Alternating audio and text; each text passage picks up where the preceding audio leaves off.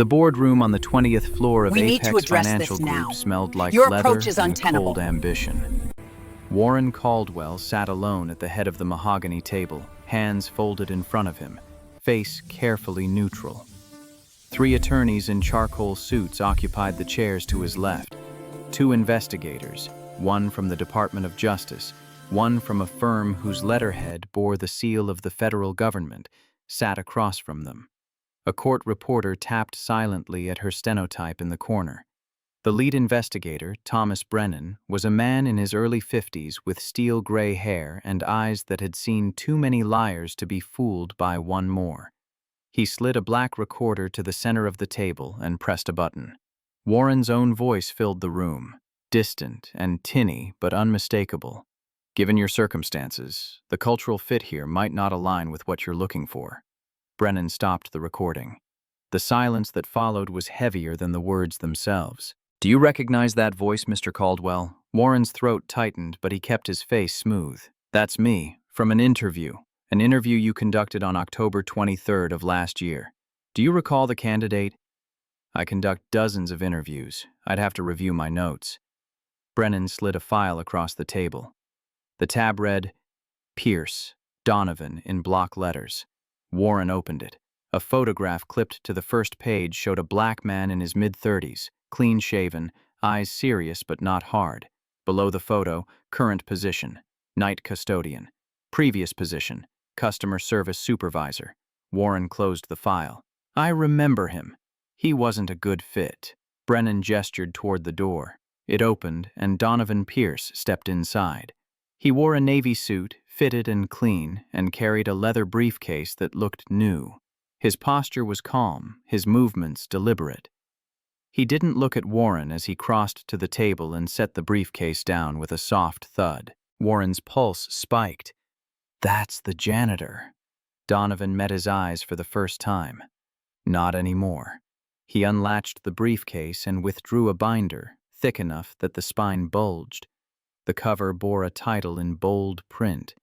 Statistical Analysis, Apex Financial Group Hiring Practices, 2024. He placed it on the table in front of Brennan, who opened it and flipped through the first few pages without comment. Donovan's voice was quiet, but it carried. You're right, Mr. Caldwell. I was a janitor. I mopped the floors you walked on. I emptied the trash bins where you threw away resumes, but what you didn't know is that I also built fraud detection systems in my previous job. I analyzed 2,800 transactions and identified 67 patterns of theft. Recovering $1.4 million in stolen funds required precision, documentation, patience. He gestured toward the binder. Finding your 165 cases of discrimination. That was easier. Warren's chest constricted. His lawyer leaned over and whispered something urgent, but Warren couldn't hear it over the rushing in his ears. Brennan turned the binder toward Warren. Page 47. Your interviews with white candidates average 6.2 minutes and 47 questions. Your interviews with black candidates average 2.4 minutes and 18 questions. Would you like to explain that disparity? Warren opened his mouth, but no sound came. Brennan flipped to another page. Page 89. You asked women about family planning 34 times across 6 years. You asked men 0 times. Care to comment? Warren's lawyer placed a hand on his arm. Don't answer that. Brennan closed the binder and looked at Warren with something close to pity. Mr. Caldwell, this isn't an interview anymore. This is a federal investigation, and Mr. Pierce here isn't just a witness. He's the analyst who built the case that's going to end your career. The freeze frame of Warren's face, pale, mouth open, eyes wide, hung in the air like a photograph. Then the image dissolved and the screen went black. White text appeared. 3 months earlier, October 2024. The morning light in Cleveland came late and thin, filtering through curtains that had seen better years. Donovan Pierce moved through the narrow kitchen of his third-floor apartment with the efficiency of a man who had learned to do more with less. His shift had ended 2 hours ago, but sleep was a luxury he couldn't afford yet. Zara would wake soon, and she deserved breakfast made by hands that weren't shaking from exhaustion. He cracked 3 eggs into a pan and listened for the sound of her breathing in the next room. The inhaler sat on the counter beside the stove, its plastic shell scratched from years of use. He picked it up and shook it gently. The rattle told him what he already knew. 2 doses left. Maybe 3 if he was careful. The pharmacy wanted $210 for a refill. His bank account held $73.50. The eggs sizzled. He flipped them with a spatula that had lost half its rubber coating and plated them alongside toast he'd made from the end of a loaf. Zara's door creaked open, and she shuffled into the kitchen, rubbing her eyes. She was 8 years old, small for her age, with her mother's soft features and a gap-toothed smile that could break his heart and mend it in the same moment. "Morning, baby." She climbed into her chair and looked at the plate he set in front of her. "You made the good eggs. I always make the good eggs." She picked up her fork, then paused. "Daddy, are you tired?" He forced a smile. "I'm fine, sweetheart. Eat your breakfast." She studied him with eyes too knowing for a child, then bent to her food. Donovan poured himself coffee from a pot that had brewed hours ago and leaned against the counter to feed her. On the wall behind Zara hung a photograph in a simple frame. Sarah Pierce, smiling in a park somewhere, sunlight in her hair. The date on the back read 2019. She'd been gone 4 years, but some mornings it felt like yesterday. Zara finished eating and slid off her chair. Before she left the kitchen, she stopped beside Donovan's jacket, which hung on a hook by the door. She pulled a folded piece of paper from her pocket and tucked it into the inside pocket of the jacket, her movements quick and practiced. "What's that?" "A note. You can't read it till later. That's the rule." He smiled. "Okay, baby. That's the rule." She hugged him around the waist, and he rested a hand on her head.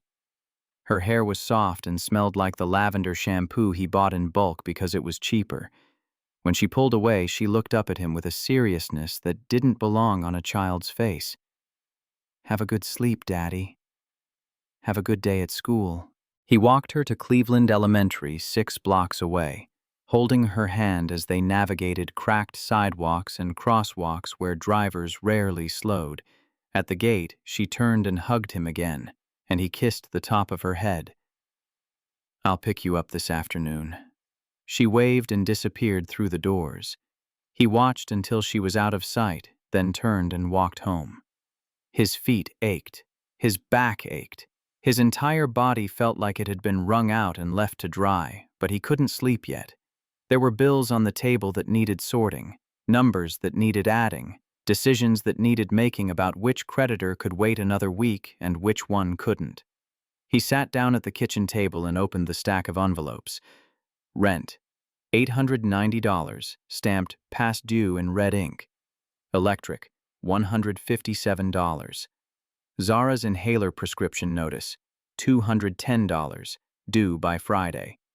He pulled out his phone and opened the banking app. The number at the top of the screen mocked him. $73.50. He did the math in his head. $890 plus $157 plus $210 equaled $1,257. Minus $73.50 left him $1,183.50 short. He closed his eyes and pressed the heels of his hands against them until he saw stars. When he opened them again, his gaze fell on a piece of paper tucked beneath the electric bill. He pulled it out. It was a printout from the internal job board at Apex Financial Group, the company where he worked nights pushing a mop and emptying trash bins. The posting read, "Customer Service Specialist, Day Shift, Full Benefits, Salary Range, $62,000, $68,000. He'd seen the posting 3 days ago while cleaning the 14th floor break room. He'd read it twice, memorized the requirements, and then forced himself to walk away. But he'd printed it anyway, and now it sat in front of him like a dare. The requirements were straightforward. 3 to 5 years of customer service experience, proficiency in CRM software, strong communication skills. Donovan had 5 years of experience as a customer service supervisor at a telecommunications company. He'd handled 40 to 60 calls a day, managed escalations, trained new hires. His performance reviews had been exemplary. That life felt like it belonged to someone else now, but the skills hadn't left him.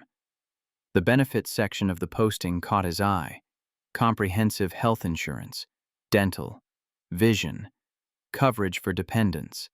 He thought of Zara's inhaler, the $15 copay it would cost with insurance versus the $210 without. He thought of the nights he'd stayed awake listening to her breathe, counting the seconds between each inhale, praying the wheezing wouldn't turn into something worse. Day shift meant he could drop Zara off at school in the morning and pick her up in the afternoon. It meant he could help with homework, cook dinner, be present for the small moments that made up a childhood. It meant he could stop living like a ghost in his own life. But applying meant exposing himself. It meant sitting across from people who would look at his resume and see the gap, the years of pushing a mop instead of building a career. It meant answering questions he'd learned to dread. Why did you leave your previous job? What have you been doing for the past 4 years? Why should we take a chance on you? He folded the printout and set it aside. Sleep pulled at him, heavy and insistent, and he gave in. He collapsed onto the couch and was unconscious within minutes. That night, he clocked in for his shift at Apex Financial Group at 10 o'clock. The building was a tower of glass and steel that stretched 22 floors into the Cleveland skyline. During the day, it buzzed with executives in tailored suits and analysts who stared at screens filled with numbers Donovan didn't understand. At night, it belonged to people like him, the ones who made the marble gleam and the trash disappear before the sun came up. He started on the 12th floor, as he always did. The hallway stretched long and silent, lit by overhead lights that hummed faintly. He filled his mop bucket, added the cleaning solution that left his hands smelling like chemicals no matter how many times he washed them, and began his route. The work was meditative in its repetition. Push the mop forward, pull it back, wring it out, repeat. He'd done this 1,000 times, maybe more. He knew every corner of this building, every conference room, every executive office. He knew which floors had the most foot traffic and which ones stayed empty after 5. He knew where the hidden storage closets were and which bathrooms ran out of paper towels first. As he worked, he thought about the job posting. He thought about Zara's inhaler and the bills stacked on his kitchen table. He thought about the photograph of Sarah on the wall and the life they'd planned together. A life that had ended on a rainy October night 4 years ago when a truck driver fell asleep at the wheel. He pushed the thoughts away and focused on the floor. The marble reflected his face back at him, distorted and blurred. He moved past the break room where the job posting still hung on the bulletin board, visible through the glass door. He didn't stop to look at it. He'd already memorized every word. At 11:30, he took his break in the basement break room reserved for custodial staff. The room was small and windowless, with a microwave that took 3 minutes to heat anything and a vending machine that ate quarters more often than it dispensed snacks. He sat alone at a plastic table and ate the sandwich he'd packed that morning. Peanut butter on white bread, no jelly. His supervisor, a man named Davis who'd worked at Apex for 15 years, came in and poured himself coffee from a pot that had been sitting since the day shift ended. Donovan. How's it going tonight? Same as always. Davis sat down across from him. You doing okay? You look tired. I'm fine. Davis stirred sugar into his coffee and didn't press. He was a good supervisor, didn't ask too many questions, didn't ride people harder than necessary. Donovan appreciated that. You see that posting on 14, customer service job? Donovan kept his face neutral. I saw it. You gonna apply? I don't know. Davis took a sip of his coffee. You got the experience. Used to do that kind of work, didn't you? A long time ago. Not that long. You're what, 35? 35, Davis nodded. You'd be good at it. Better than pushing a mop anyway. Donovan didn't answer. Davis didn't push. They sat in silence until Donovan's break ended, and then he went back to work. By the time his shift ended at 6 in the morning, he'd cleaned 4 floors, emptied 63 trash bins, and scrubbed 3 bathrooms. He clocked out, changed out of his work clothes, and walked home through streets that were just beginning to wake. The sun was rising, pale and cold, and his breath misted in the October air.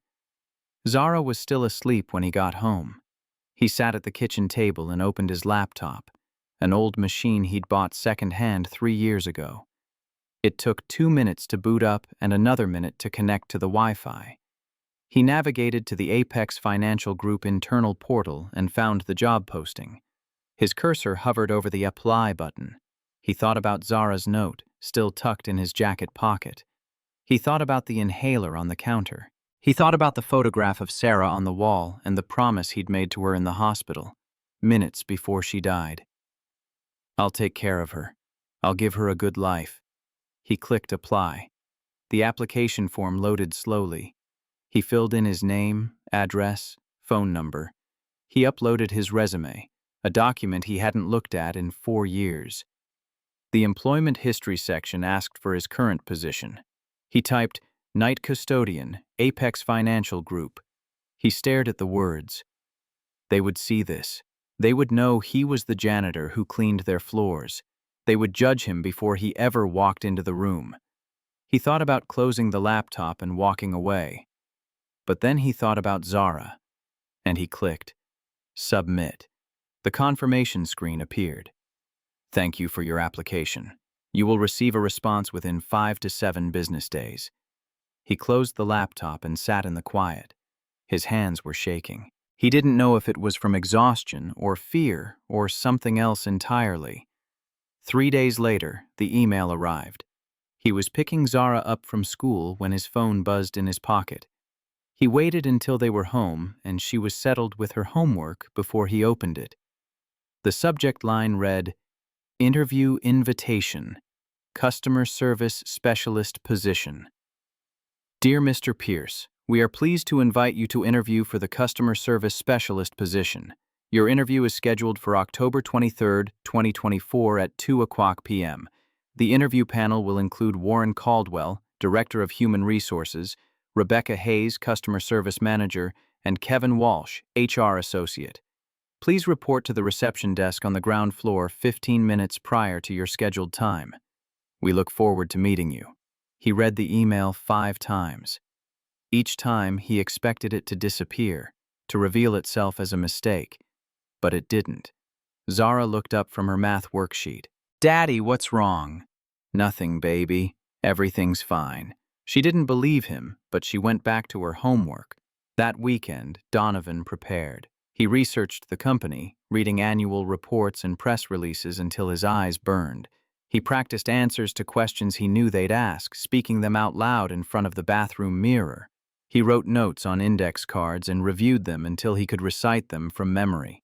On Sunday evening, he realized he didn't have a suit. The one he'd worn to job interviews years ago no longer fit. He'd lost weight during the months after Sarah died and never gained it back. Buying a new suit wasn't an option. A decent one cost $300, money he didn't have. He thought of Mr. Patterson, the retired postal worker who lived 2 floors down.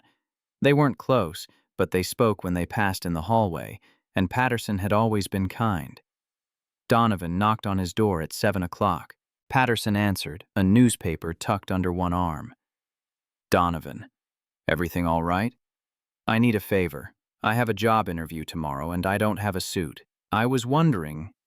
Patterson held up a hand. Say no more. Come in. He led Donovan to a bedroom that smelled faintly of mothballs and opened a closet. Inside hung 3 suits, all neatly pressed. He pulled out a charcoal gray one and held it up. This was my son's. He left it here a few years back. You're about his size. Donovan hesitated. I can't. You can. He won't miss it. He's got plenty. Donovan took the suit. It was heavier than he expected, the fabric thick and well-made. "Thank you. I'll bring it back as soon as—" "Keep it. Just promise me you'll get that job." Donovan nodded, his throat tight. "I'll try." That night, he laid the suit out on his bed and stared at it. It represented something he hadn't felt in a long time: possibility. He thought about the interview, about sitting across from Warren Caldwell and Rebecca Hayes and Kevin Walsh. He thought about the questions they'd ask and the answers he'd give. He thought about the moment when they'd see night custodian on his resume and decide he wasn't worth their time. He thought about walking away before they had the chance to reject him. Zara appeared in the doorway holding a piece of paper. She crossed the room and tucked it into the inside pocket of the suit jacket. "What's that?" "A note. You can't read it till after the interview. That's the rule." He smiled despite himself.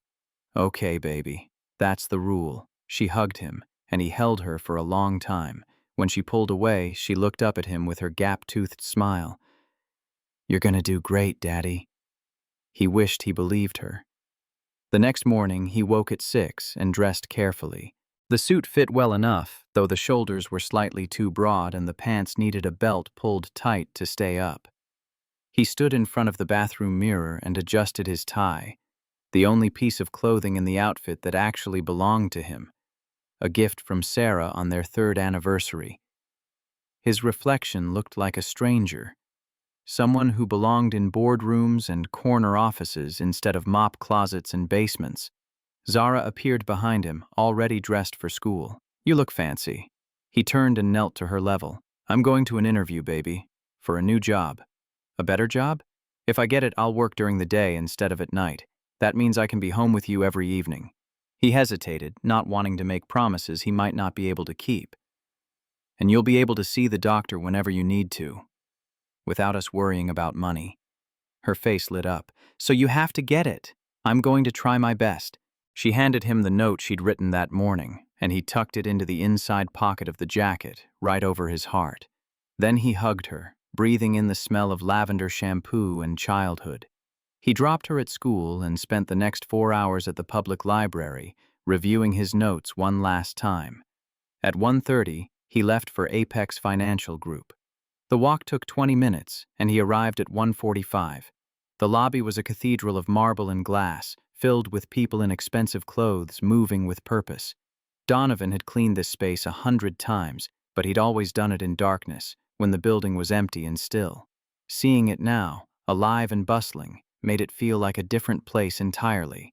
He approached the reception desk. The woman behind it, Maria, a co-worker from the night shift, looked up and smiled politely. "How can I help you?" "Donovan Pierce. I have a 2 o'clock interview." She typed on her computer, and her smile faltered for just a second when she saw his name. "Oh, yes. Take the elevator to the 15th floor. Conference room C." "Thank you." She didn't recognize him.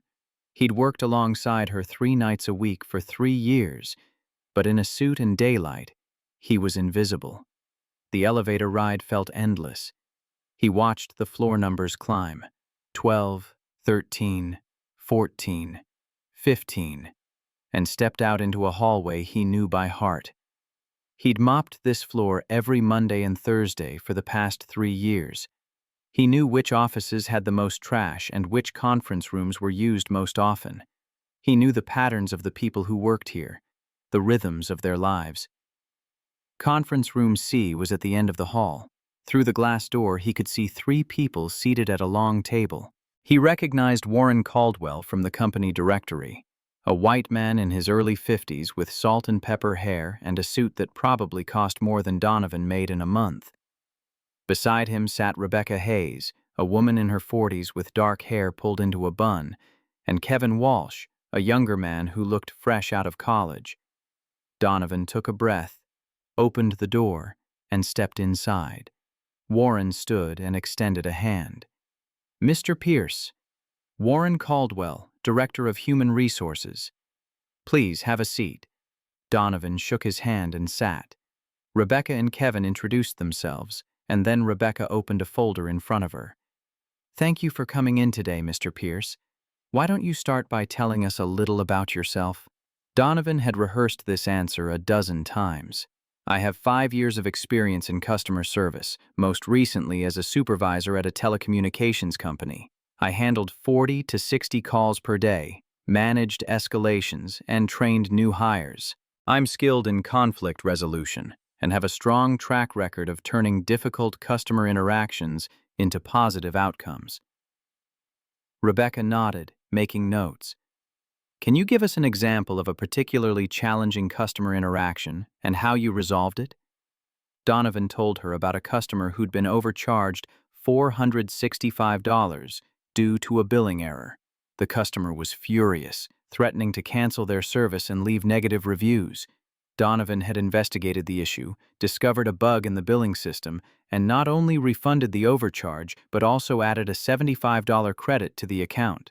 The customer had written a thank you letter to the CEO praising Donovan's service. Rebecca smiled and wrote something in her notes. Excellent response. Kevin asked a few technical questions about CRM software, and Donovan answered them without hesitation. He'd spent the weekend reviewing the company's systems, and he knew them as well as anyone. For 15 minutes, the interview went well. Rebecca asked thoughtful questions. Kevin took notes, and Donovan felt himself relax. He could do this job. He could do it better than most people. Then Warren Caldwell leaned forward. Mr. Pierce, I'd like to discuss something that stands out in your application. Donovan's stomach tightened. You mentioned that you're currently employed here at Apex, in the custodial department. Warren's voice was pleasant, almost friendly, but there was something sharp beneath it. A edge Donovan recognized from 1,000 small interactions with people who looked at him and saw less. That's correct. Warren smiled, but it didn't reach his eyes. Quite a career change from supervisor. Help me understand that decision. Donovan had prepared for this question, but the words felt hollow now, sitting across from Warren's cold gaze. My wife passed away 4 years ago. Our daughter was 4 at the time. She needed me. Taking care of her became my priority. When I was ready to return to work, the job market had moved on. Custodial work offered flexibility. I could work nights and still be there for my daughter during the day. Rebecca's expression softened. I'm very sorry for your loss, Mr. Pierce. Kevin looked up from his notes, meeting Donovan's eyes for the first time. Warren's face didn't change, I see. And your daughter? She's still requiring this flexibility? Donovan felt the trap closing. She has asthma. She needs regular medical care and a parent who can be there for her. But I've never missed a shift in 3 years. You can verify that. Warren nodded slowly, as if processing information. Custodial attendance is one thing. This role requires a different level of commitment. Our culture here demands complete dedication.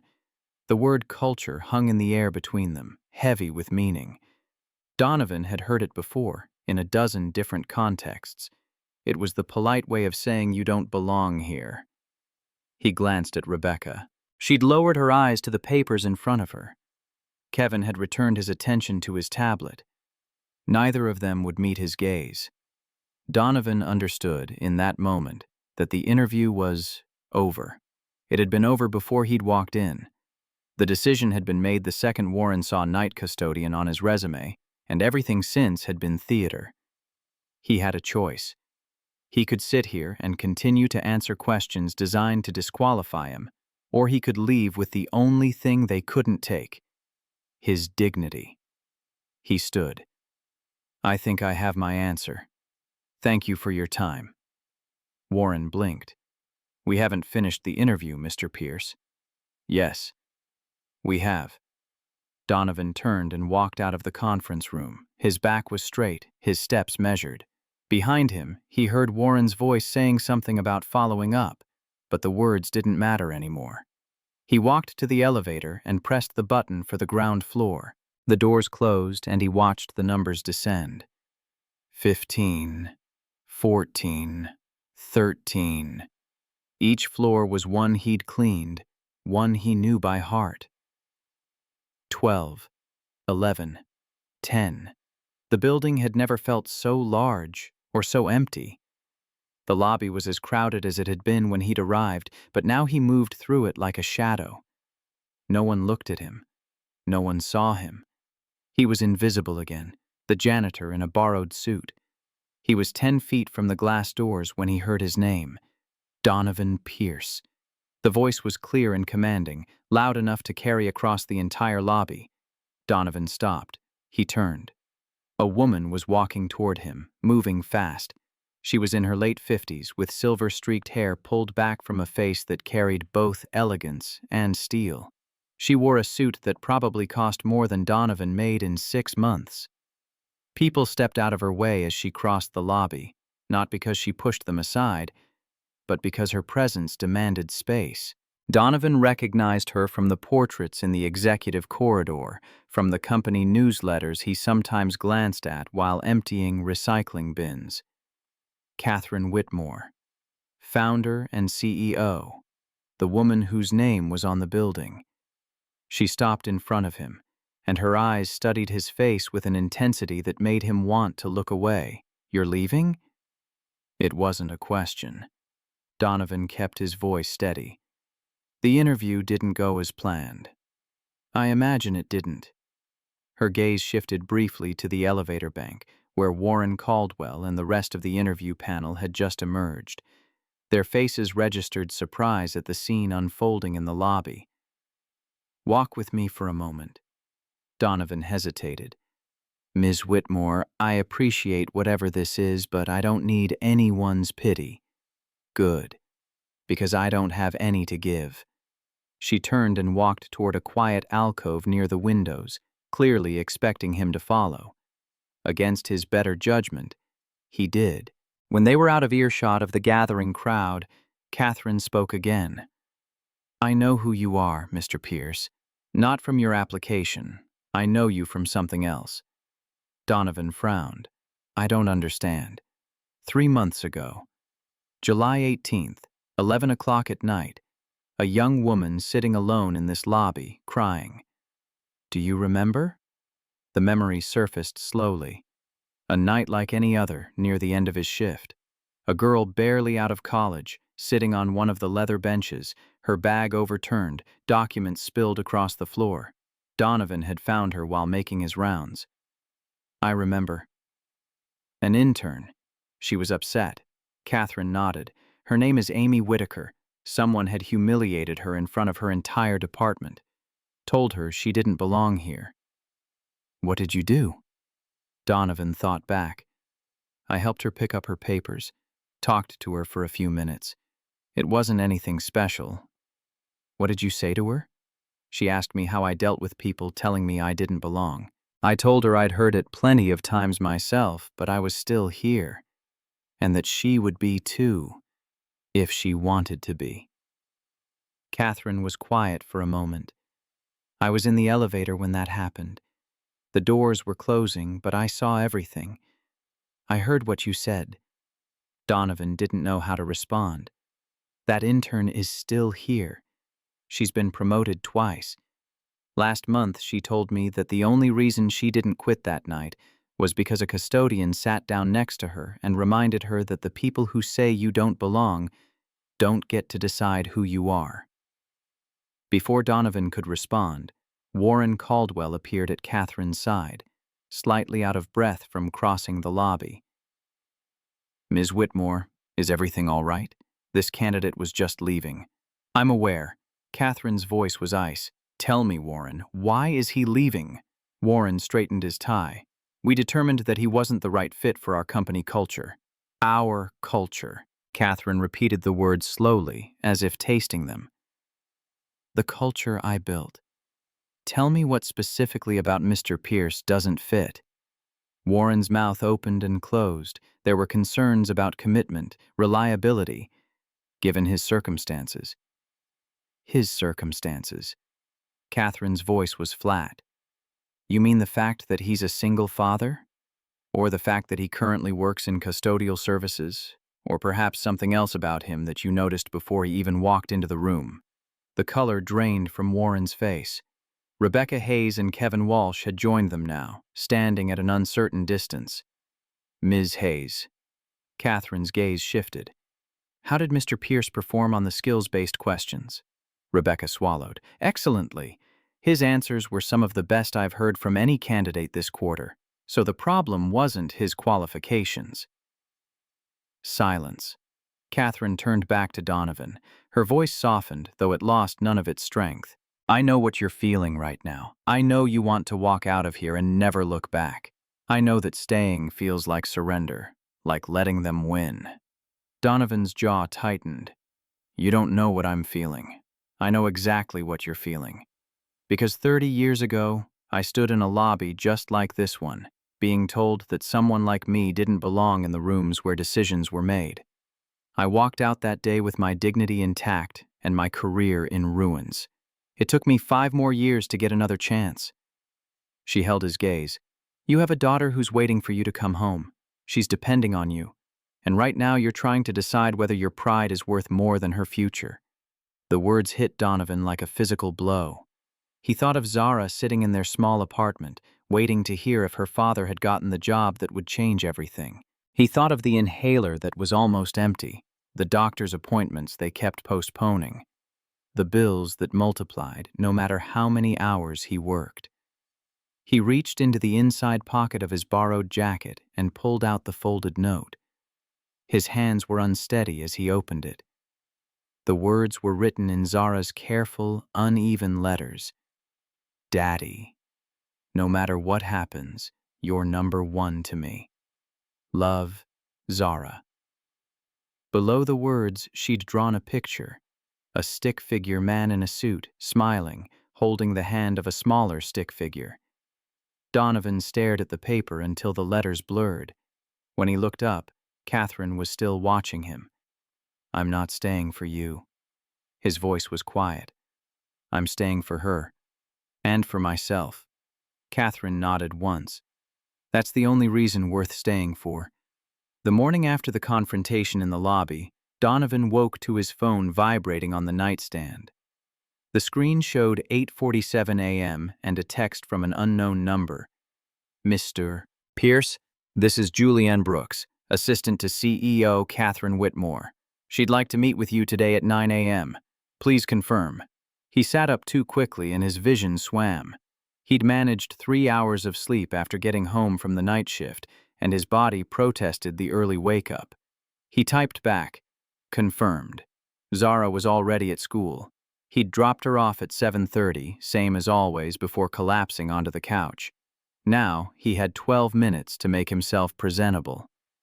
He arrived at Apex Financial Group at 8:58, still wearing the borrowed suit because he had nothing else that would pass for professional attire. Julian Brooks met him in the lobby, a white man in his early 30s with sharp eyes and a tablet permanently attached to his hand. He extended his free hand without smiling. Mr. Pierce, this way. They took the elevator to the 20th floor, a part of the building Donovan had never accessed even during his night shifts. The executive level required a key card, and custodial staff cleaned it during specific windows when no one was present. The hallway was quieter here, the carpet thicker, the art on the walls original rather than prints. Julian knocked once on a heavy oak door and pushed it open. Catherine's office was vast, with floor-to-ceiling windows that overlooked the city. Her desk sat in front of them, but she was standing by a conference table in the corner, reviewing documents spread across its surface. Mr. Pierce. She gestured to a chair. Thank you for coming on short notice. Donovan sat. Julian remained standing near the door, tablet ready. Catherine moved to the table and pulled a file from the stack. She opened it and turned it so Donovan could see. The tab read, Caldwell Investigation. Confidential. 6 months ago, 3 employees filed internal complaints about Warren Caldwell. Her voice was matter-of-fact, clinical. They alleged discriminatory hiring practices, inappropriate interview questions, and retaliation against candidates who didn't fit his preferred profile. I hired an outside investigator to look into it. She pulled out a spreadsheet and placed it in front of Donovan. It was dense with data, names, dates, demographics, interview durations, rejection reasons. A column on the right showed outcomes: rejected, rejected, rejected. Donovan scanned the names. Most were Black or Latino. Several had notes indicating they were single parents. The investigator found 73 cases over 6 years. Catherine's finger traced down the spreadsheet. Qualified candidates rejected for reasons unrelated to job performance. The pattern was consistent. White candidates received an average of 6.2 minutes of interview time. Black candidates received 2.4 minutes. Single parents, regardless of race, received 2.8 minutes and were hired at a rate of 9%, compared to 67% for candidates without dependents. Donovan looked up from the spreadsheet. "Why are you showing me this?" "Because you're number 74. And because I need someone Warren doesn't suspect to help me finish what I started." She sat across from him, her posture straight, her gaze unflinching. "I can't fire him without airtight proof. If I move now, he'll sue for wrongful termination, and a good lawyer will argue that I'm targeting him for legitimate business decisions. But if I can build a case that shows a clear pattern of discrimination, with witness testimony and statistical evidence, I can end this permanently. What do you need from me? I'm offering you the customer service specialist position. $64,000, full benefits, day shift. In exchange, you help me find the other 73 people and convince them to go on record." Donovan leaned back in his chair.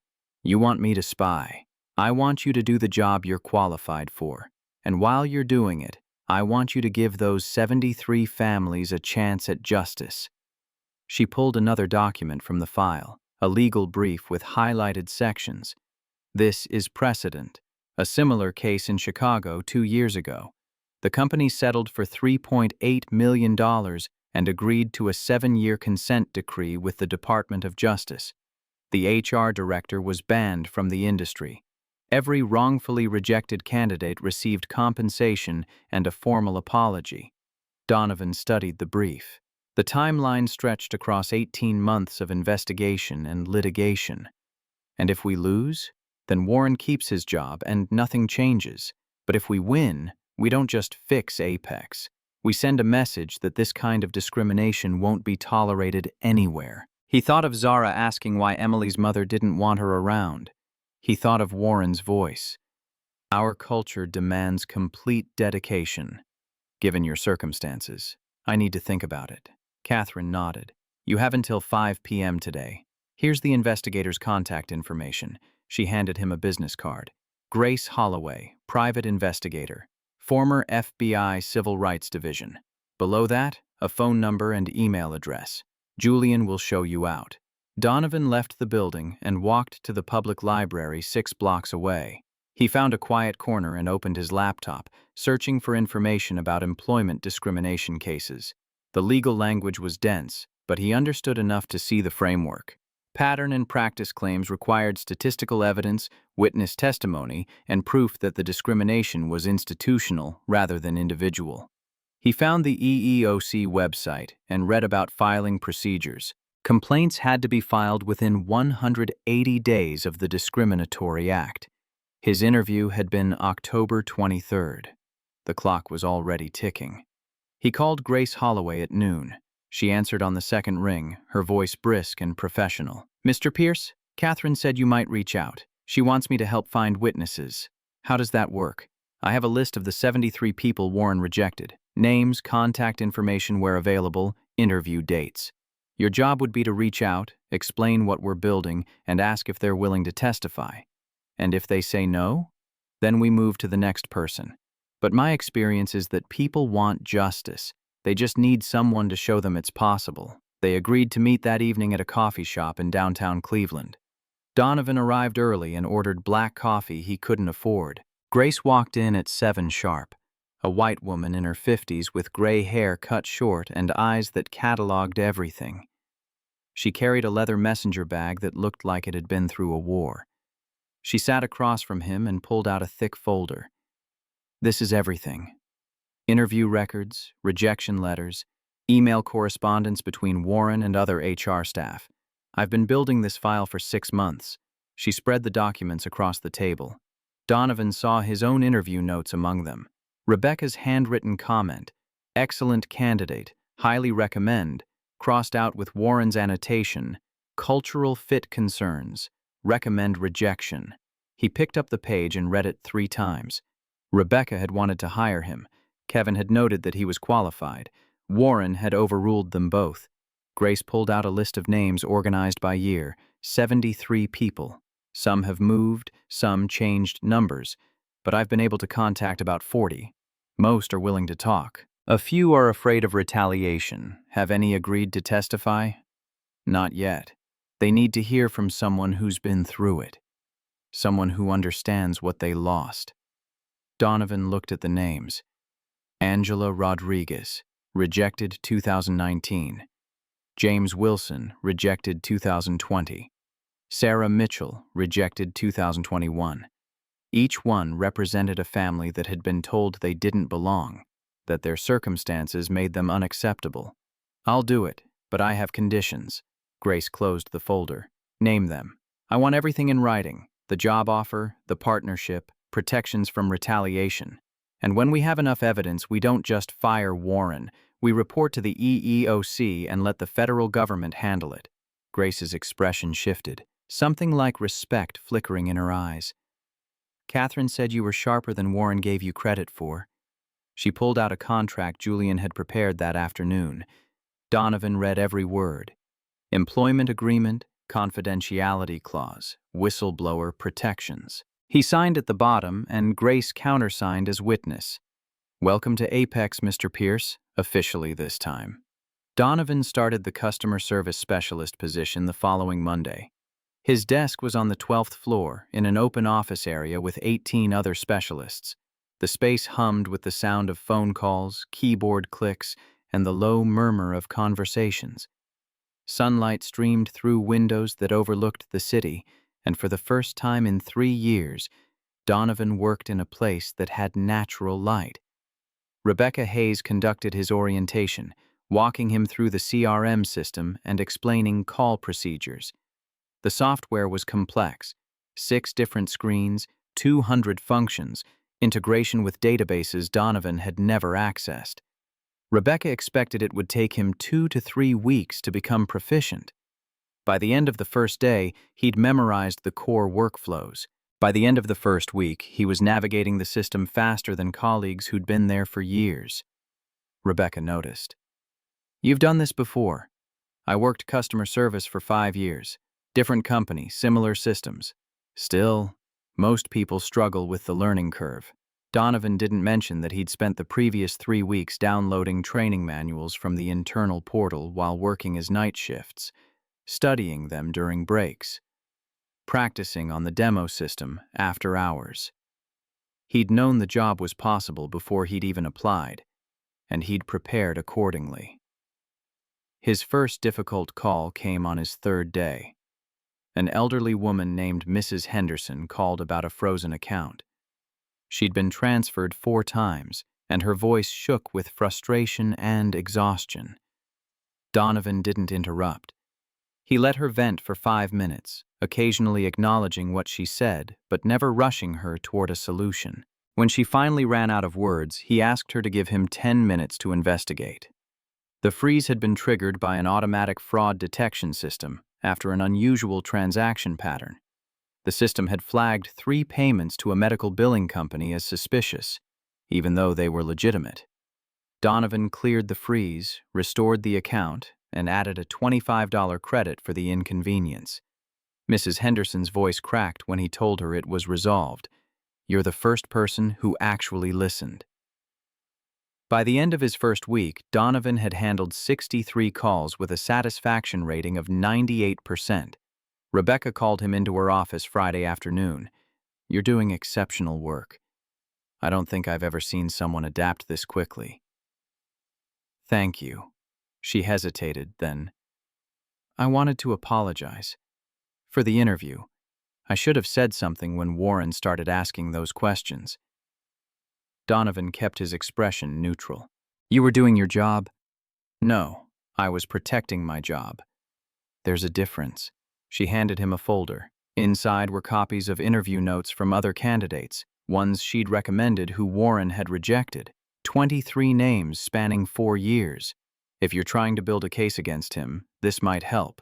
Donovan took the folder. Why are you giving me this? Because I'm tired of watching good people get turned away for the wrong reasons. That night, Donovan added Rebecca's documents to the growing file. He cross-referenced them with Grace's list and found overlaps, patterns within patterns. Warren had systematically rejected candidates based on factors that had nothing to do with qualifications: race, family status, age, perceived economic background.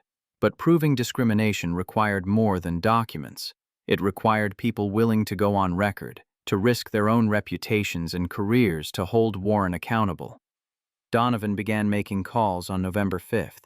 The first person on his list was Angela Rodriguez, rejected in 2019 for a customer service position identical to the one Donovan now held.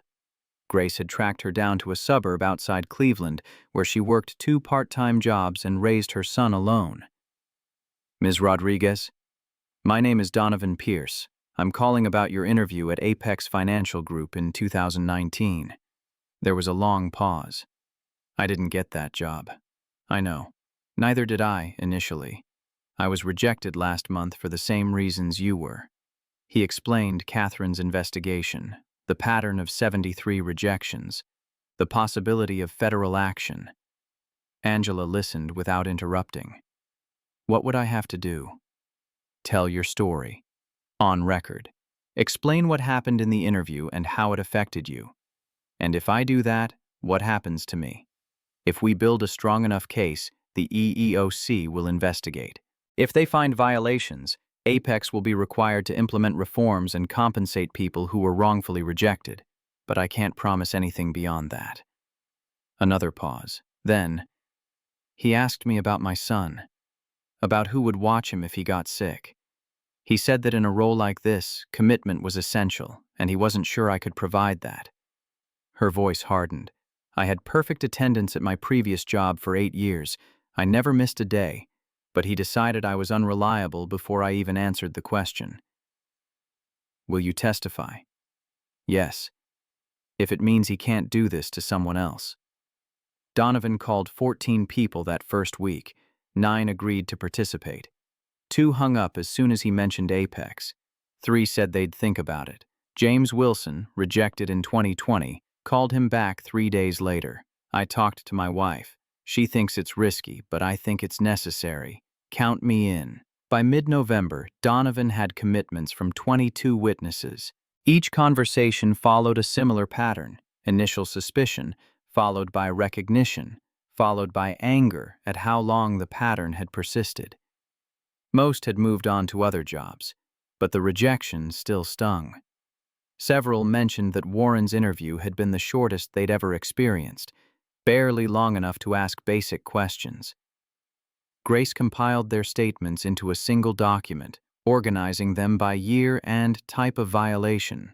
The file grew to 87 pages of testimony, each story a variation on the same theme. Qualified candidates dismissed because they didn't fit Warren's narrow definition of acceptable. On November 15th, Donovan was working late when his computer flagged an unusual email. It was from HR, addressed to all employees with active health benefits.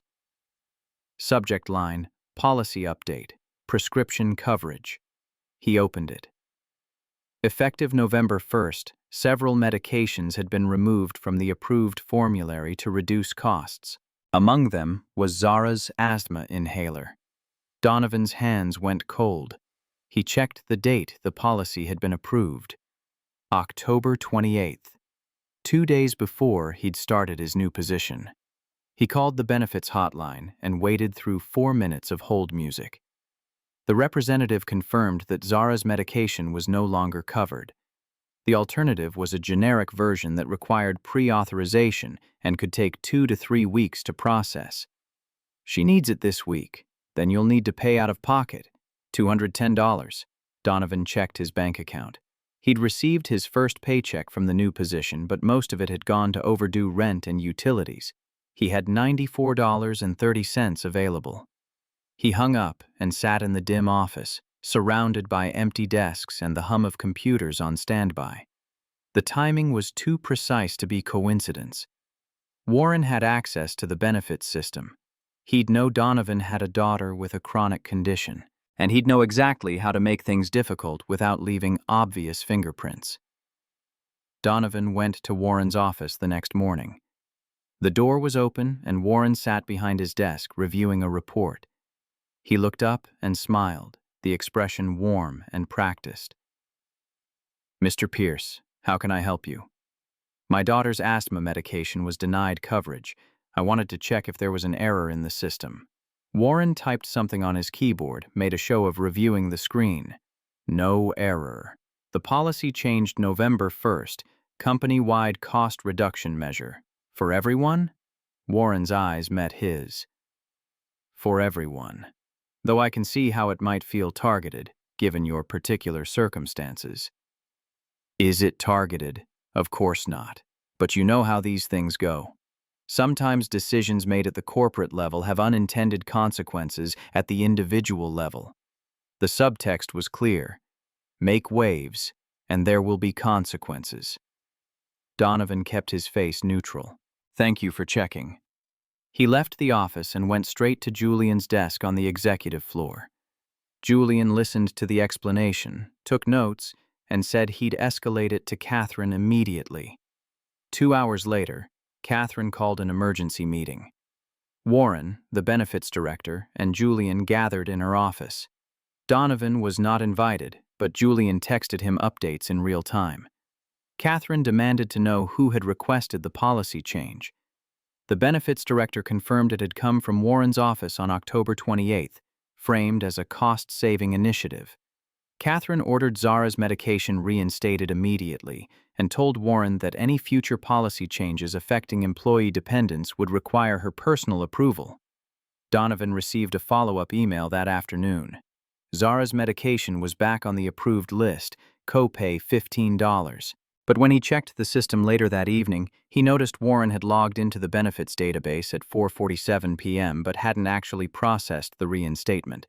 Someone else, likely Julian, had completed the change at 5:03 p.m. Warren was resisting, even when directly ordered. The realization crystallized something in Donovan's mind. This wasn't just about hiring practices. It was about control.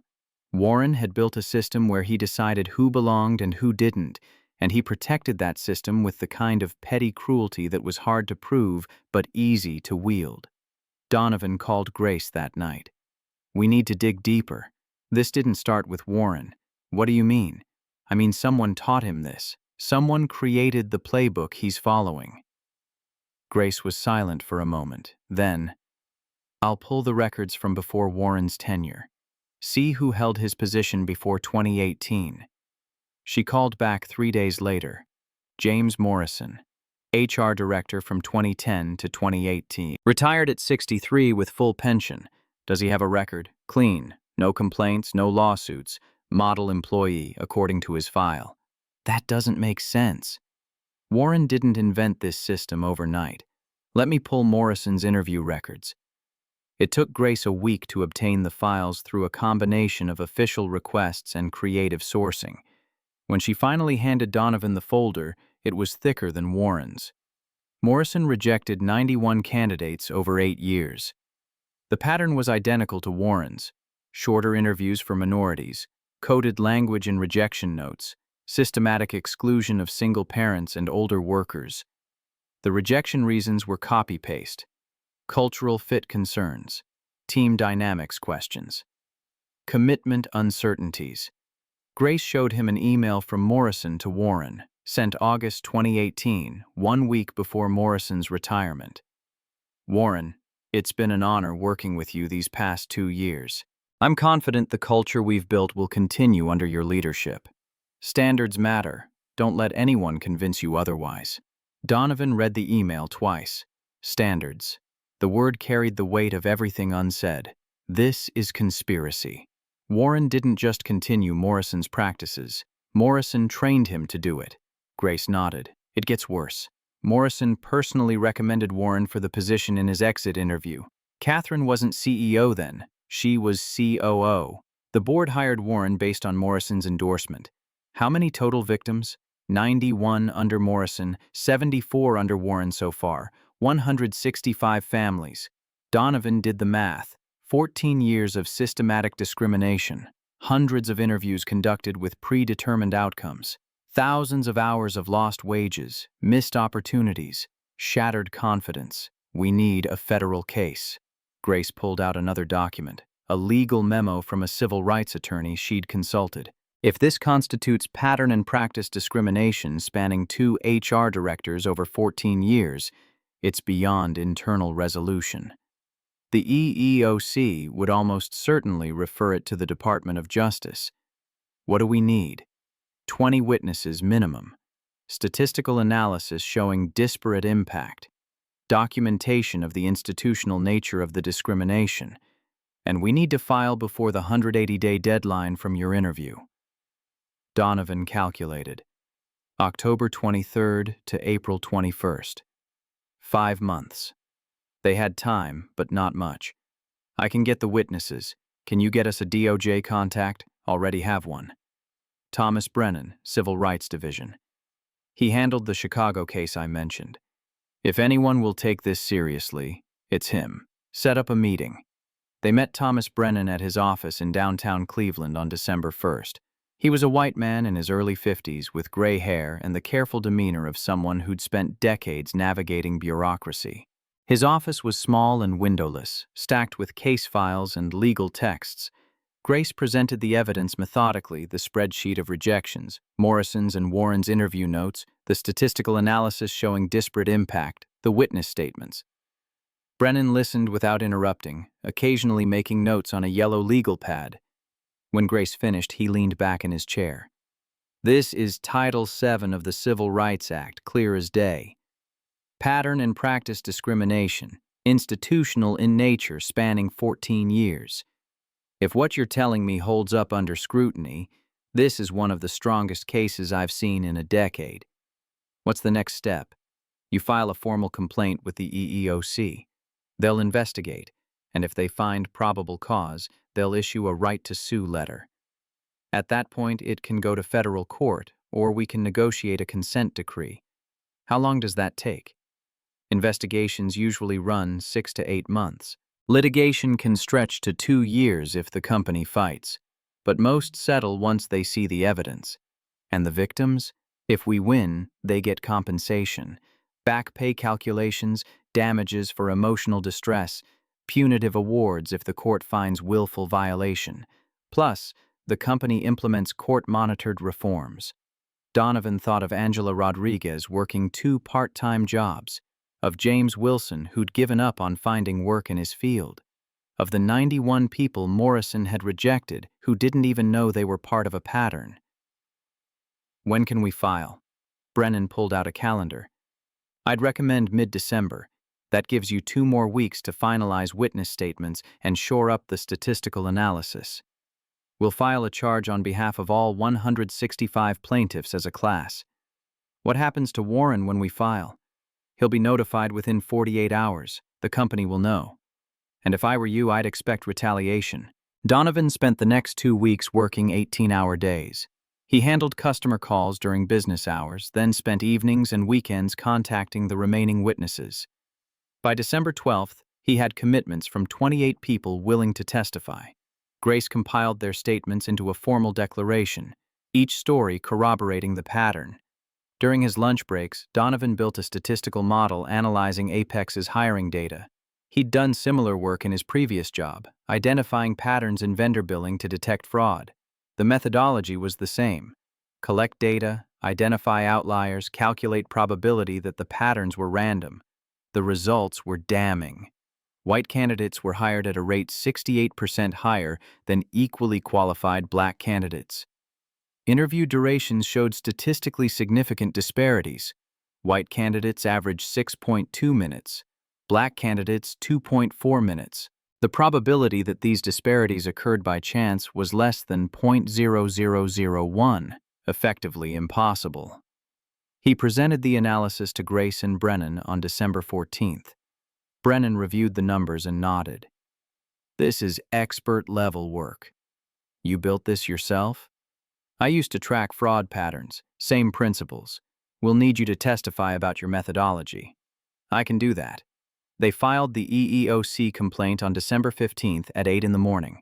The charge named Apex Financial Group as the respondent and listed 165 plaintiffs.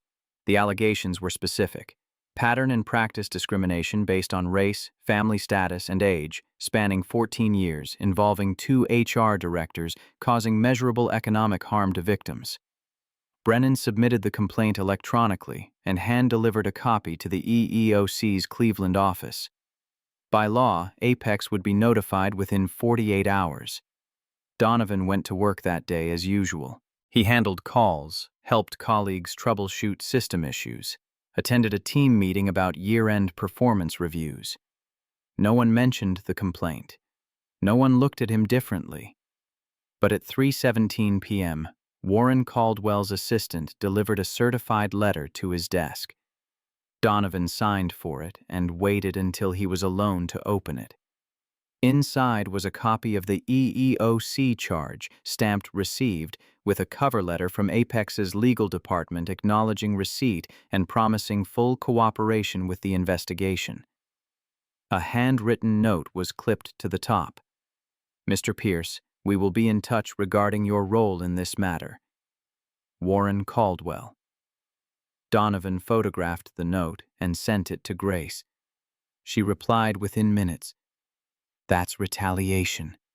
Document everything. The following morning, Warren called him into his office.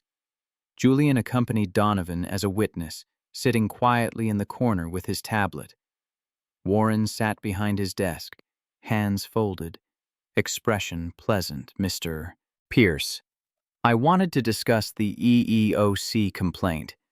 I'm not required to discuss it, of course not, but I think there's been a misunderstanding. The decisions I made were based on legitimate business concerns. If you felt discriminated against, I apologize. That was never my intent. The apology was tactical, designed to create a paper trail showing Warren's good faith.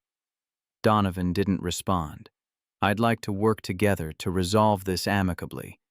Perhaps we could arrange mediation, find a solution that doesn't require federal involvement. The EEOC process is already underway. Warren's smile tightened. I understand, but I want you to know that your employment here is secure. I have no intention of retaliating. The explicit denial was telling. It meant Warren knew retaliation was illegal and wanted to be on record saying he wouldn't do it, which meant he was already planning how to do it in ways that were harder to prove. Donovan stood. If there's nothing else, I have calls to handle. Of course, we'll talk again soon. Over the next 3 weeks, small things began to go wrong. Donovan's login credentials stopped working twice, requiring IT intervention. His desk phone developed static that made customer calls difficult. A system update deleted his saved case notes, forcing him to rebuild documentation from memory. None of it was dramatic. None of it could be directly traced to Warren. But the pattern was clear. Then, on January 3rd, Zara's school called. There had been an incident. Could Donovan come in? He left work immediately, his stomach tight with worry. The principal met him in her office, where Zara sat in a chair by the window, her face puffy from crying. What happened? The principal explained Zara had invited a classmate, Emily, over for a playdate. Emily's mother had declined in front of other parents, saying she wasn't comfortable with Emily going to that neighborhood. Zara had overheard and asked what was wrong with where they lived. Emily's mother had said nothing was wrong, it was just different from where they usually went. Zara had spent 20 minutes crying in the bathroom before a teacher found her. Donovan knelt in front of his daughter. Baby, you did nothing wrong. Then why doesn't she like me? Some people are scared of things they don't understand. But that's their problem, not yours. Are you mad at me? Never. I could never be mad at you for trying to make friends. He drove her home in silence. When they got to the apartment, she went to her room without speaking. Donovan sat on the couch and called Catherine. He told her what had happened. Catherine listened, and when he finished, she was quiet for a long moment. "I'm sorry, Mr. Pierce. No child should have to experience that. It's exactly what Warren did to me. Different words, same message. You don't belong, which is why what we're doing matters. I know, but knowing doesn't make it easier when my daughter is the one crying." That evening, Zara came out of her room holding a piece of paper. She handed it to Donovan without speaking. He unfolded it and read, "Daddy, are you doing the important thing?" He pulled her onto his lap. "Yes, baby. I'm trying to help a lot of families who were treated unfairly. Will it make things better? I hope so. For 165 families." She was quiet, processing. Then, "That's more than our building. It's more than a lot of things. Is it bigger than the sky?" The phrase had become her way of measuring importance, something she'd picked up from a book they'd read together months ago. He'd used it back then to explain why some rules mattered more than others, why some promises had to be kept no matter what. "Yes, baby. This is bigger than the sky." She hugged him, and he held her until she fell asleep. He carried her to bed and tucked her in, then returned to the living room where his laptop sat open on the coffee table. The EEOC investigation would take months. The legal process would be slow and grinding, but for Zara and for the 164 other families waiting for justice, slow was better than never. He opened his email and began drafting a message to the remaining witnesses, the ones who'd been hesitant to commit. He attached articles about the Chicago case Grace had mentioned, showing that federal action was possible, that patterns could be broken. By midnight, he'd sent 47 emails. By morning, 3 more people had agreed to testify. The boardroom on January 6th was smaller than Donovan had imagined it would be when the moment finally arrived. The conference table seated 12, but only 8 chairs were occupied. Catherine sat at the head, flanked by 2 corporate attorneys whose combined billable hours could fund a small nation. Warren occupied the opposite end, his own lawyer whispering urgently in his ear. Thomas Brennan sat to Catherine's right, a recorder and laptop positioned in front of him. Grace Holloway sat beside Brennan, her messenger bag open and thick files arranged in neat stacks. Donovan took the chair reserved for witnesses, Julian Brooks beside him with a tablet to document everything. The room smelled like coffee gone cold and the particular tension that preceded life-altering decisions. Brennan pressed record on the device and stated the date, time, and names of everyone present. Then he opened his laptop and turned it so the screen faced Warren. "Mr. Caldwell, you're here to respond to allegations of pattern and practice employment discrimination spanning 6 years involving 74 documented cases. Do you understand the nature of these allegations?" Warren's lawyer placed a hand on his arm, but Warren shook it off. "I understand, and I categorically deny them." Brennan pulled up a spreadsheet. "Let me read from your interview notes. Case 47, Angela Rodriguez, interviewed March 2019. Your notes state, single mother, child care obligations, reliability concerns, recommend rejection. Ms. Rodriguez had perfect attendance at her previous employer for 8 consecutive years. Would you like to explain how perfect attendance translates to reliability concerns? Context matters. The role required flexibility that might conflict with parenting responsibilities. Did you ask male candidates with children about child care arrangements? Warren hesitated. "I don't recall." Brennan clicked to another document. "I have records of 63 interviews you conducted with married fathers. In 0 cases did you note child care as a concern. In 12 cases involving single mothers, you noted it every time."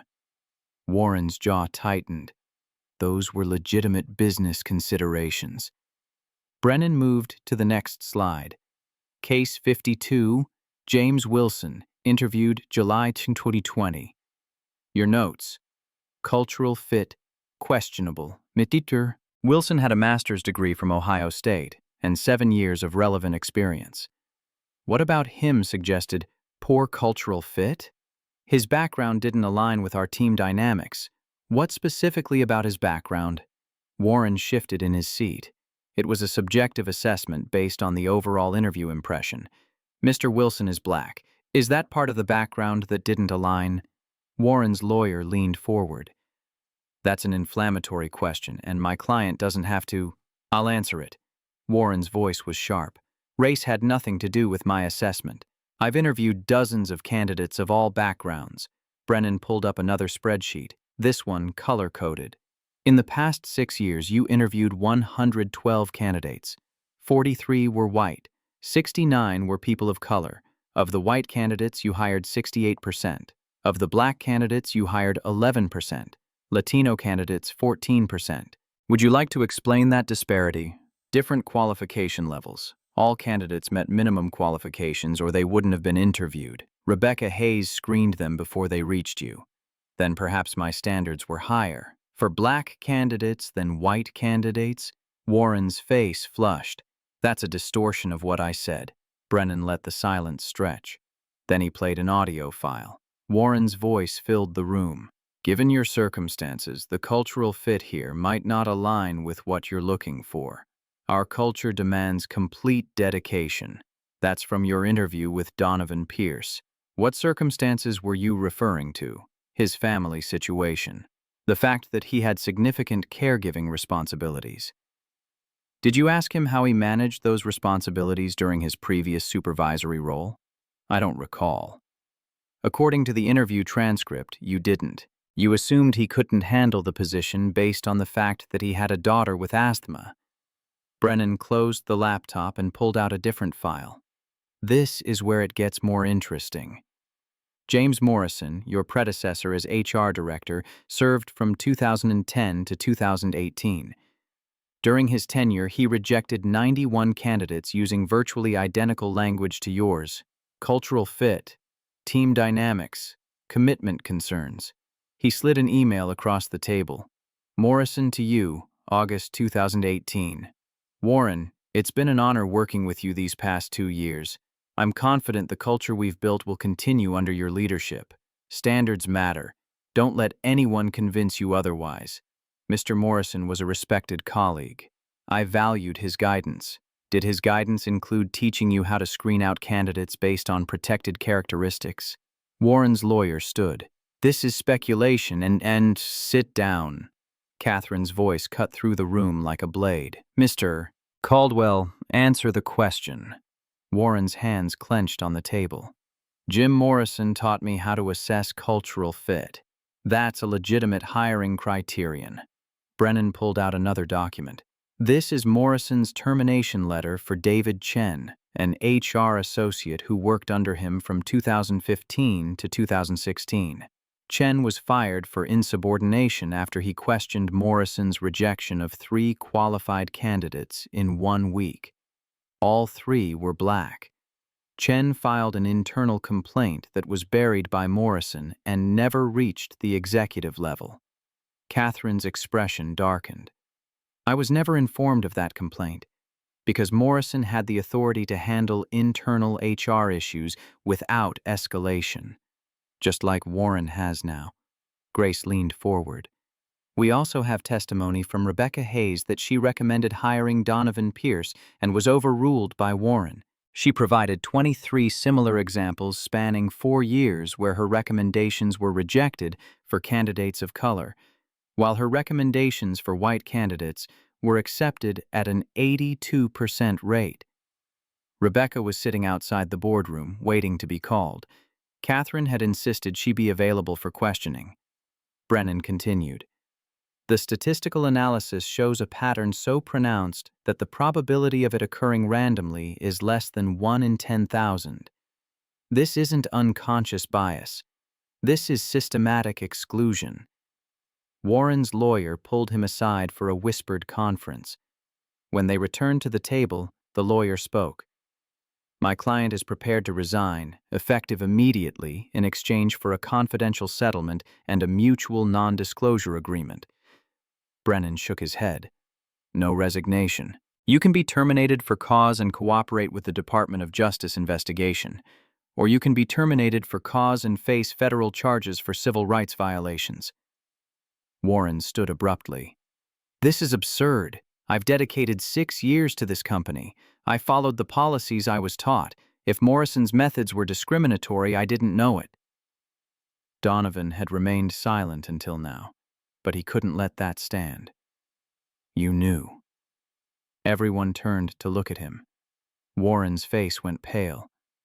Donovan reached into his briefcase and pulled out a binder, the same one he'd placed on this table in the opening scene, months from now, in a future that felt both inevitable and impossibly distant.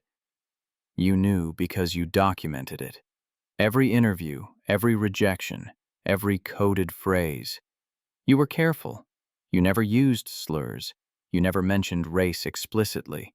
But you built a system designed to exclude people who looked like me, people with families like mine, people whose circumstances didn't fit your idea of who belonged here.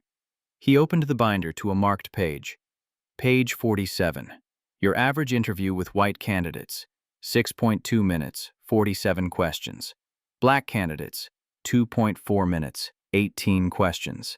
The difference isn't subtle. It's not unconscious. It's a choice you made 112 times. Warren's lawyer tried to interrupt, but Donovan continued. Page 89. You asked women about family planning 34 times. You asked men 0 times. Page 112.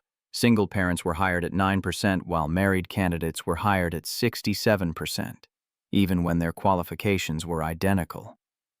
He closed the binder. I built fraud detection systems in my previous job. I analyzed 2,800 transactions and identified 67 patterns of theft.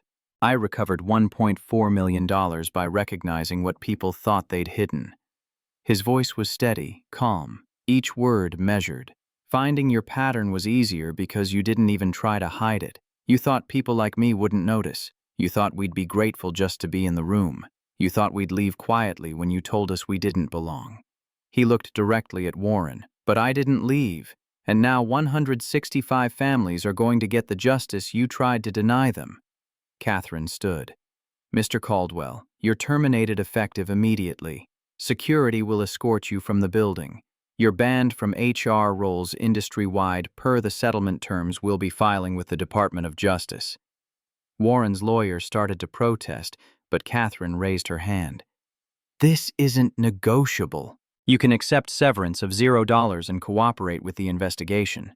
Or you can fight this and face criminal referral for conspiracy to violate civil rights. Your choice. Warren looked at Donovan, then at Catherine, then at the binder still sitting on the table. Whatever fight had been in him drained away.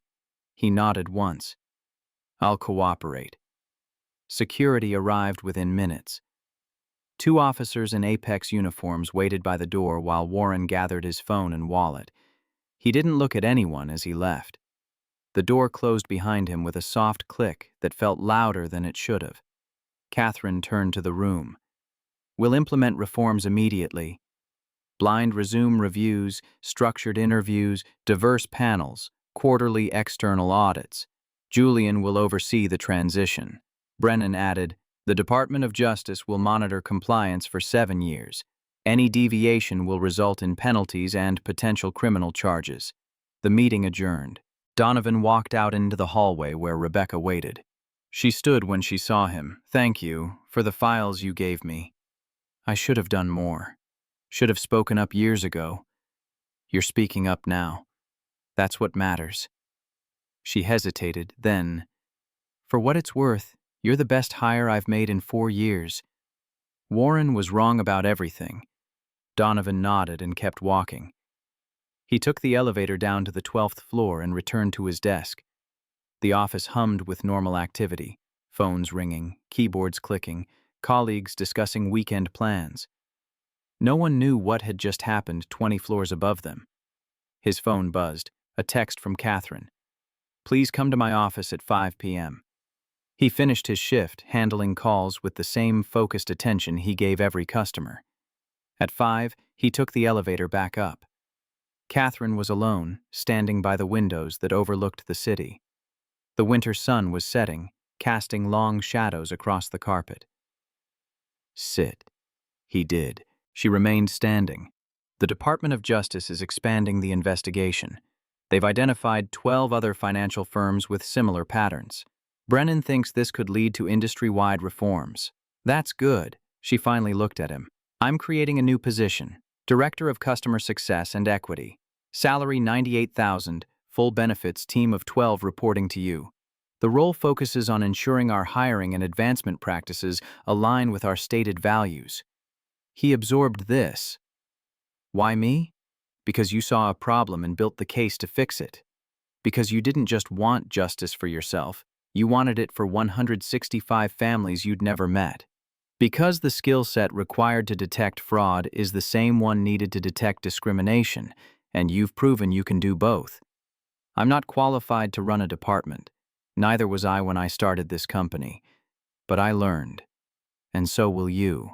He thought about Zara, about the apartment they'd move out of in 3 months when the lease ended, about the inhaler that now cost $15 instead of $2.10.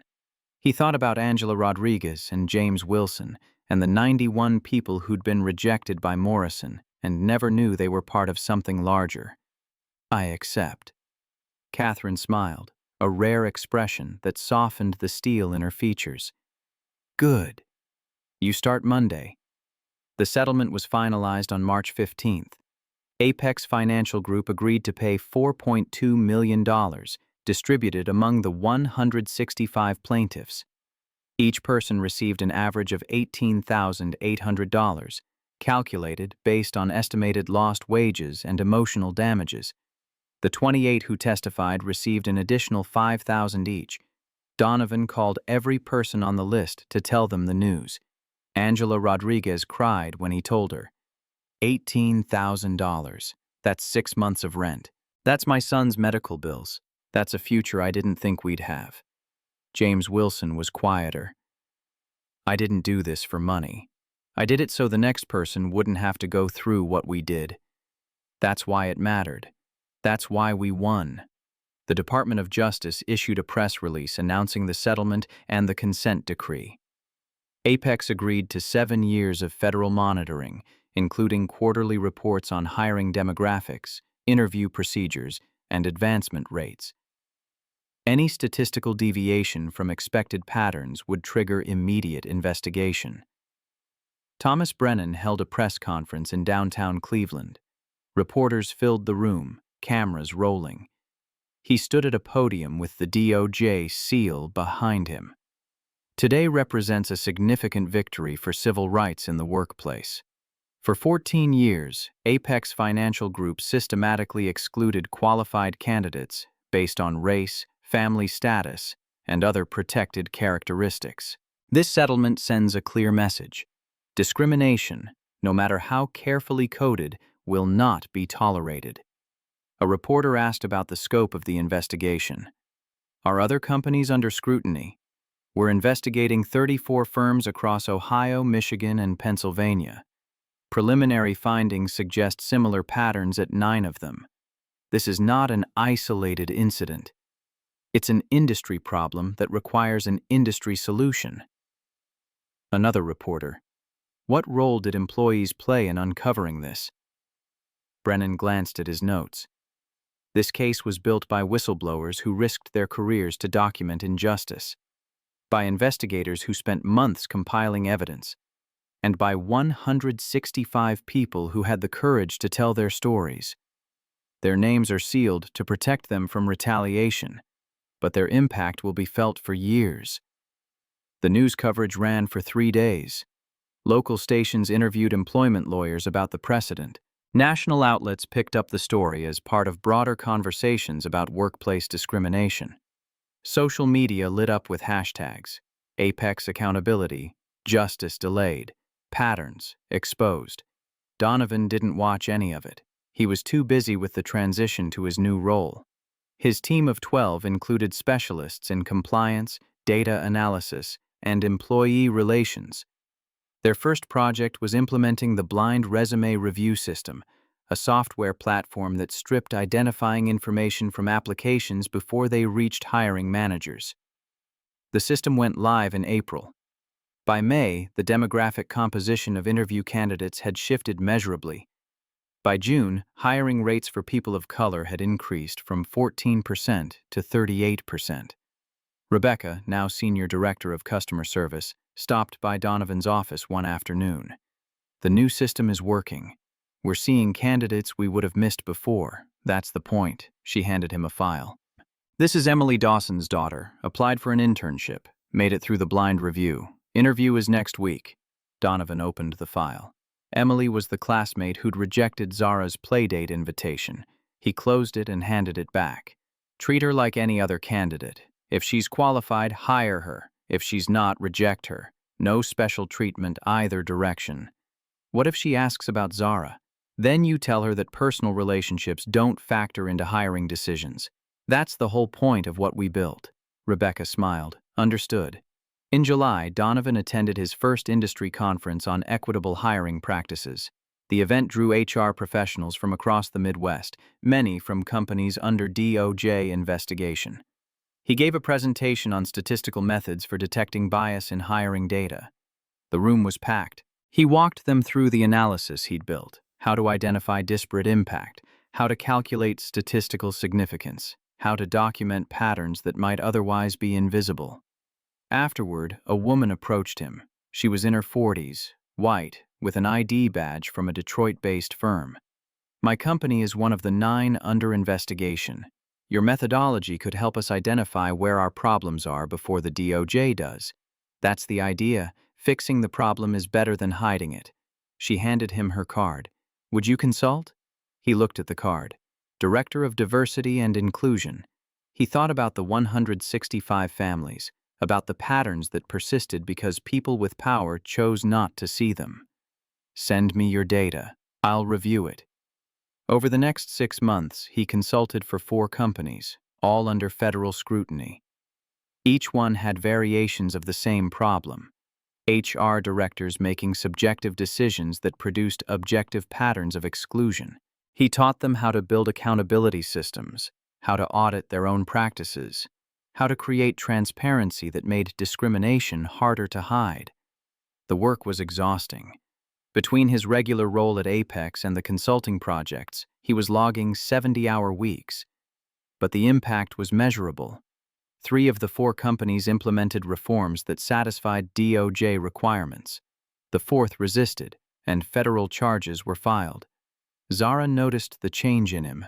One evening in September, she found him at the kitchen table, laptop open, spreadsheets covering the screen. "Daddy, you're always working now." He closed the laptop. "I know, baby. I'm sorry. Is it still the important thing?" He thought about how to explain it. "When we won our case, that was justice for 165 families. But there are thousands more at other companies. If I can help fix those places too, that's justice for thousands." She climbed into his lap, something she was getting too big for but still did when she needed reassurance. "Is it still bigger than the sky?" He wrapped his arms around her. "Yes. But you're bigger than all of it. If the work ever makes me forget that, you tell me." "Okay." She fell asleep there, and he carried her to bed. When he returned to the kitchen, he opened his laptop again, but instead of working, he drafted an email to the companies asking for his time. He set boundaries. No more than 10 consulting hours per week, no weekend work, all meetings scheduled during business hours when Zara was in school. 3 replied that they understood. 1 stopped responding. He didn't chase them. In November, Catherine called him into her office. The annual performance reviews were complete, and she wanted to discuss his trajectory.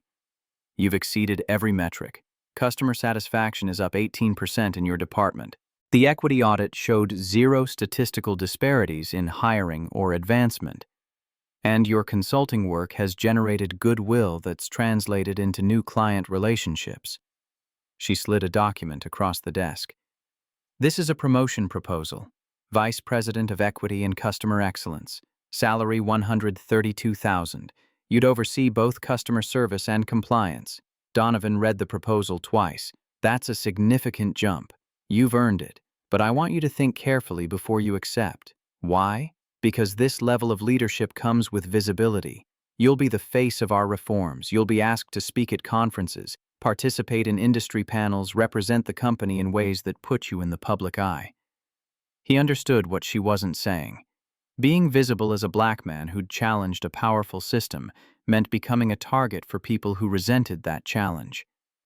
"I need to talk to Zara. Of course, take the time you need." That evening, he sat down with his daughter and explained what the promotion meant. More responsibility, more money, more time in front of people who might not like what he represented. Zara listened carefully. "Will it help more families?" "Yes." "Like the 165? "Like them, and more." She thought about it. "Then you should do it. Even if it means I'm away more, you're already away when you're here sometimes. At least this way, you'll be away doing something that matters." He pulled her close. "When did you get so wise? I learned from you." He accepted the promotion the next day. The announcement went out company-wide on December 1st. By December 3rd, he'd received 47 emails, 38 congratulatory, 9 hostile. The hostile ones called him a quota hire, accused him of playing the race card, suggested he was unqualified for the role. He forwarded them to HR and deleted them from his inbox. The congratulatory ones came from colleagues across departments, from people he'd helped, from strangers who'd read about the case and wanted to say his work mattered. One email stood out. It was from Amy Whitaker, the intern he'd helped in the lobby 2 years ago. "Mr. Pierce, I heard about your promotion. I wanted to thank you again for that night. You told me that the people who say I don't belong don't get to decide who I am. I've thought about those words every day since. I just accepted a full-time analyst position, and I'm starting my MBA in January. None of that would have happened if you hadn't stopped to help a stranger. Congratulations on everything you've accomplished. You've changed more lives than you know." He read the email 3 times, then saved it in a folder he labeled Reasons. The 1-year anniversary of the settlement fell on March 15th. Catherine organized an event, not a celebration, but a recognition. The 28 witnesses who'd testified were invited, along with key members of the legal team and Apex employees who'd contributed to the reforms. The event was held in the same boardroom where Warren had been terminated. The irony wasn't lost on anyone. Angela Rodriguez attended with her son. James Wilson brought his wife. Others came alone, some traveling from out of state.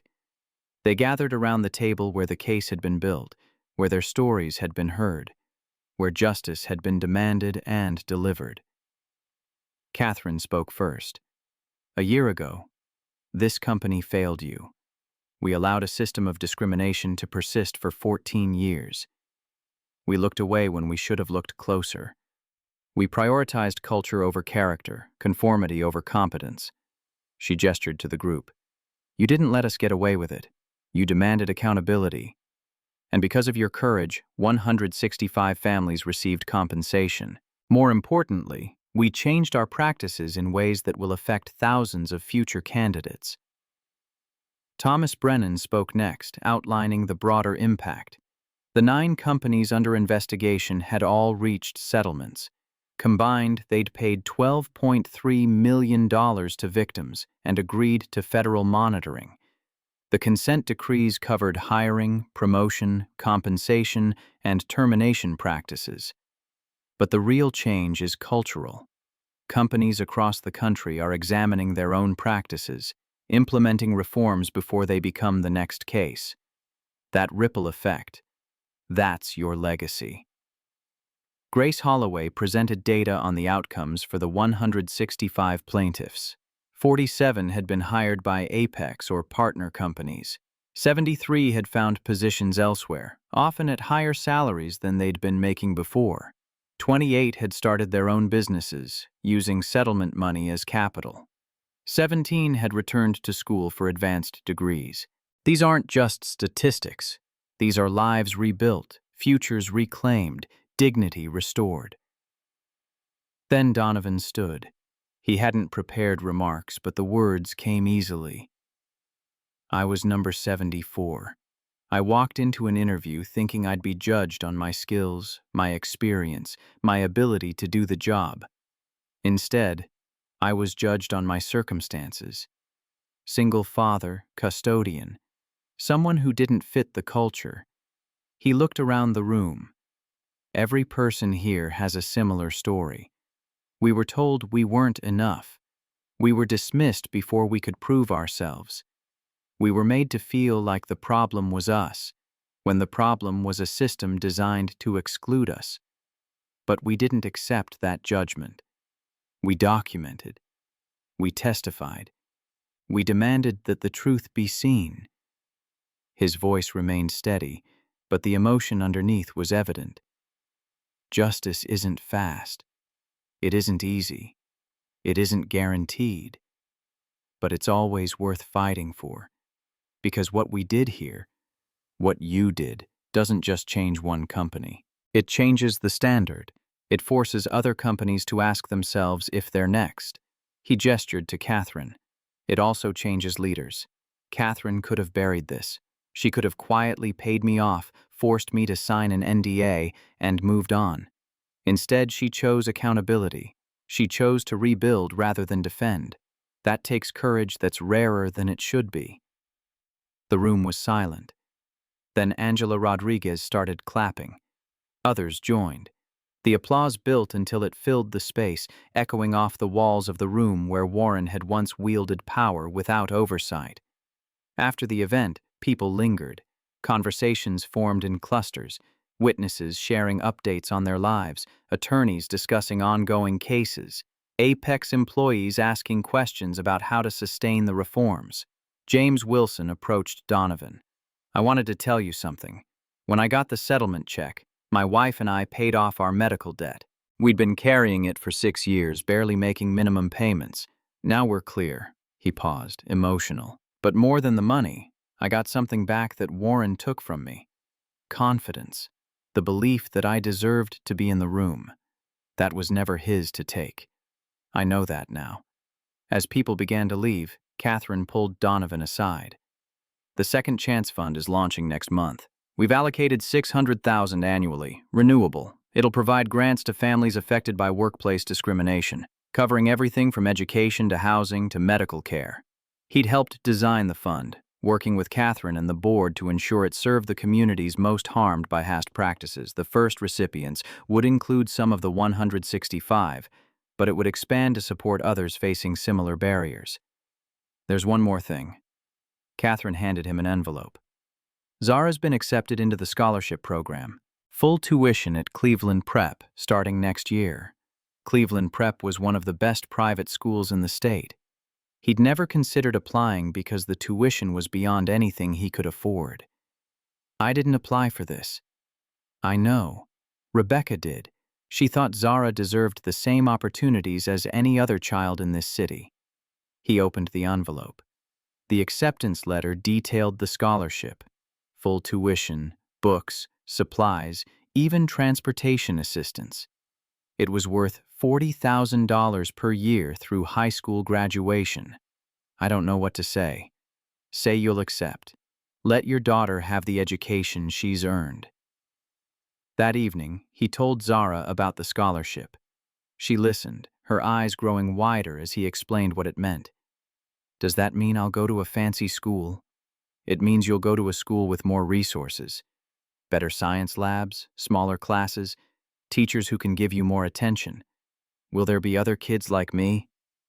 The school is diverse. You won't be the only one. She was quiet, thinking. What if they don't like me? Some might not, but some will. And you'll find your people. Like you did? Like I did.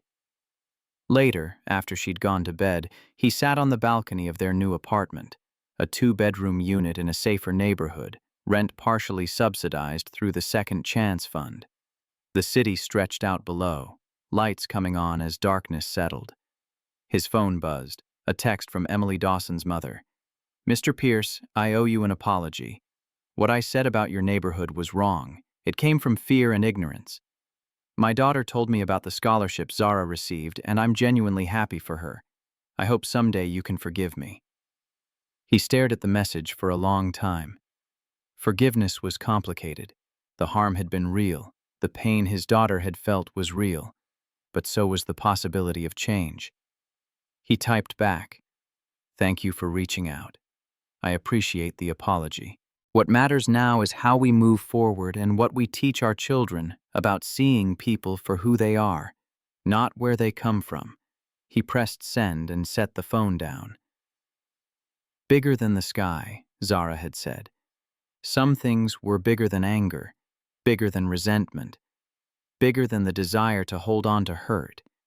Justice was one of those things. And so was the belief that people could change, systems could change, that the patterns embedded over 14 years could be broken by 28 voices willing to speak truth to power. The city lights blurred as his eyes watered, not from sadness, but from something else. Relief, maybe, or hope, or the simple recognition that he'd kept his promise to Sarah. He'd taken care of their daughter, given her a future, shown her that dignity was not negotiable and justice was always worth pursuing, no matter how long the fight.